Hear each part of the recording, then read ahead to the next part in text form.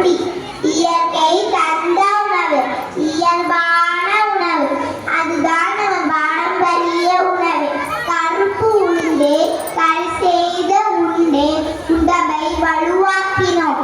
வாரந்தோறும் எண்ணெய் தேய்த்து குளித்து எலும்பை உறுதியாக்கினோம். ஆட்டுப்பால் பசும்பால் கொடுத்து பற்களை வலுவாக்கினோம். இயற்கை உணவிட்ட உறவானதால் என் வயதில் இளமையானது. குளத்து தண்ணி ஆட்டு தண்ணி கிழத்து தண்ணி குடித்து குரலை வளமாக்கினோம்.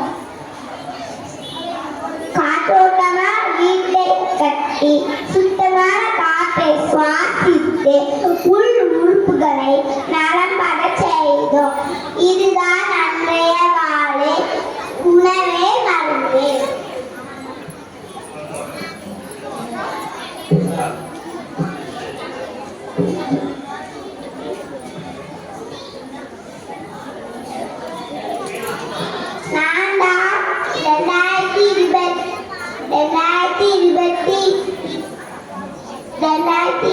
பாட்டி 40 வயசே ஊண்டி நடக்க ஊண்டி எனக்கு 3வது கால ஆச்சு. ஆட்டு உடலை மறந்தேன், அம்மியை தொடர்ந்தேன், செயற்கை பொருட்களை நினைத்தேன், சூழலே இருந்தேன். Readymade idli, readymade chapati, readymade dosa மாவு என உண்டே.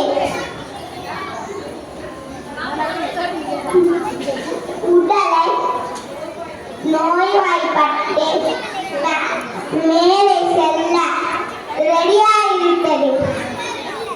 ஏசியை மாட்டினோம், ஊசியை தேடினோம். பாக்கெட் பால் குடித்தோம், பாக்கெட் மாட்டலையை மடித்தோம். பசுவையை மறந்தோம், பாரம்பரியை இழந்தோம். பண்பாட்டை தொடர்ந்தோம், பாலா போய் கீழே விழுந்தோம். அனைவருக்கும் நன்றி, வணக்கம்.